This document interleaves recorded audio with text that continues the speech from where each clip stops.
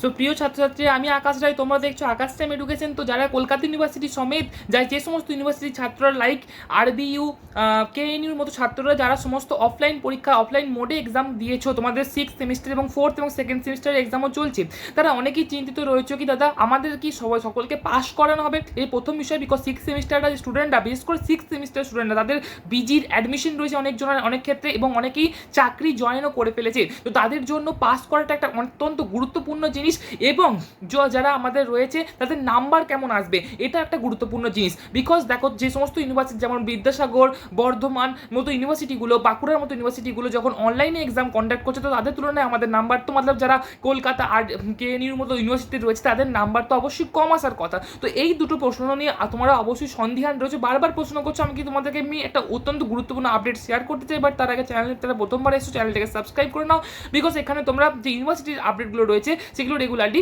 পেয়ে যাবে। তো হ্যাঁ, যে জিনিসটা আমি তোমাদেরকে বলছিলাম রেজাল্ট রিলেটেড, হ্যাঁ যারা 6th সেমিস্টারের ছাত্র রয়েছে অবশ্যই তারা এটা আশা করতেই পারো যদি তোমরা একটা ঠিকঠাক স্ট্যান্ডার্ড একটা অ্যান্সার লিখে আসতে পারো। আমি বলছি না কি 50 নম্বরের পরীক্ষায় তোমরা অবশ্যই 40 মার্কস অ্যান্সার করে আসতে পারো, যদি তোমরা ঠিকঠাকভাবে 20 মার্কসও অ্যান্সার করে আসতে পারো, তবু আমি এটুকু আশাবাদী এবছরে তাদেরকে পাস করানোর হার, পাসের হার 6th সেমিস্টারে অত্যন্ত ভালো করা হবে। বিভিন্ন সূত্রের থেকে আমরা জানতে পারছি, টিচারদের মুখ থেকে যারা খাতা দেখছেন তাদের কিছু কিছু জনের সঙ্গে যেটা আলোচনা করে তাদের থেকে যেটা আমি জানতে পেরেছি কি টিচাররা বহুত র্যাপিডলি আমাদের খাতাগুলো চেক করছে।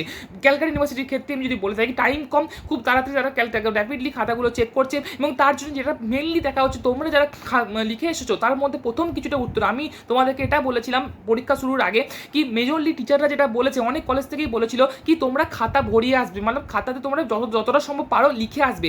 এর কথাটার অর্থ হলো তোমরা যে প্রশ্নগুলো পারবে কিছু না কিছু তো পারবেই, তো সেগুলো যদি তোমরা প্রথমে অ্যাটেম্প করে আসো, এবং তারপরে যেগুলো কিছুটা কম যেন সেগুলো কিছুটা বানিয়ে বা কিছুটা সাপ্লাইয়ের মাধ্যমে বন্ধুদের সাথে আলোচনা করার মাধ্যমে যদি তোমরা লিখে আসতে পারো, তো এটুকু তোমরা ধরে রাখতে পারো তোমাদের পাস করার ক্ষেত্রে এবছরে কোনো রকম প্রবলেম আসবে না। If you are Calcutta university student, হ্যাঁ কেএনইউ বা আরবিউর ক্ষেত্রে ব্যাপারটা তো রেসপেক্টিভ ডিপার্টমেন্টের সঙ্গে তোমরা টিচারদের সঙ্গে কিছুটা পরিমাণে হিন্ট নিতে পারো, বাট ক্যালকাটা ইউনিভার্সিটির হিন্টস আমি অবশ্যই তোমাদেরকে শেয়ার করছি। এটাই হিন্ট যে তোমরা যদি কিছুটা পরিমাণ হলো সঠিক লিখে আসতে পারো, তাহলে পাস করাটা তোমাদের জন্য কোনোই বড় সমস্যা হয়ে দাঁড়াবে না। বিকজ রিজন তোমরা বুঝতেই পারছো কি আমরা অনেকটাই পিছিয়ে পড়বো যদি আমরা অফলাইনে পরীক্ষা দিয়েছি। অফলাইনে পরীক্ষা দিলে মার্কস তো কিছুটা কমই দ্বিতীয় যে সমস্ত ইউনিভার্সিটি আছে তাদের থেকে। এখন ক্যালকাটা ইউনিভার্সিটি এটা খুব ভালো করেই জানে যে তাদের ছাত্ররা বিভিন্ন ইউনিভার্সিটির অ্যাডমিশন এবং এমনকি ক্যালকাটা ইউনিভার্সিটির অ্যাডমিশনের ক্ষেত্রেও পিছিয়ে পড়বে, কারণ এবারে এন্ট্রান্স টেস্টের মাধ্যমে নয়, সরাসরি নাম্বারের ভিত্তিতে অ্যাডমিশন না হচ্ছে পিজিতে।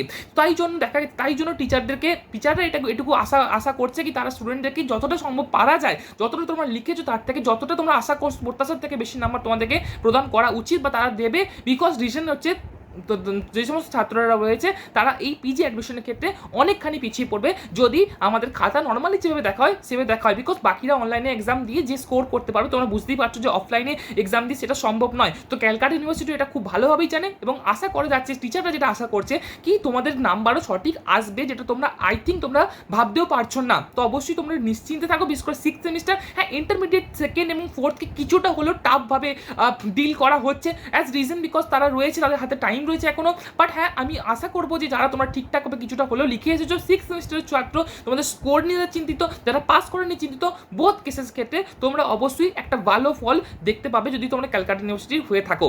তো এই ভিডিওতে এতটুকুই, আরও কিছু কিছু আপডেট আসছে রিগার্ডিং যেগুলো অফিসিয়ালি আসবে আমি অবশ্যই শেয়ার করবো। হ্যাঁ, গ্রেস নিয়েও তোমরা চিন্তায় রয়েছো, 1 নাম্বার গ্রেস থাকে না এবছর, যেটা টিচাররা বলছে তোমরা যদি 12 নাম্বারও লিখে আসো 2 থেকে 3 নাম্বারও তারা গ্রেস দিয়ে তোমাদেরকে উপরে তুলে দেওয়ার চেষ্টা করবে। তো বিভিন্ন টিচারদের সঙ্গে কথা হতে থাকবে, আমি অবশ্যই আপডেটগুলো তোমাদেরকে শেয়ার করতে হবে, তোমাদেরকে নিশ্চিন্ত করতে থাকবে, অ্যাসিওর করতে থাকবো। তাই জন্য আকাশ টাইম এডুকেশন সাবস্ক্রাইব করো না, আর ইম্পর্টেন্ট ভিডিওটা তোমাদের ফ্রেন্ডসদেরকে শেয়ার করে দিও। তো এই ভিডিওতে এতটুকুই।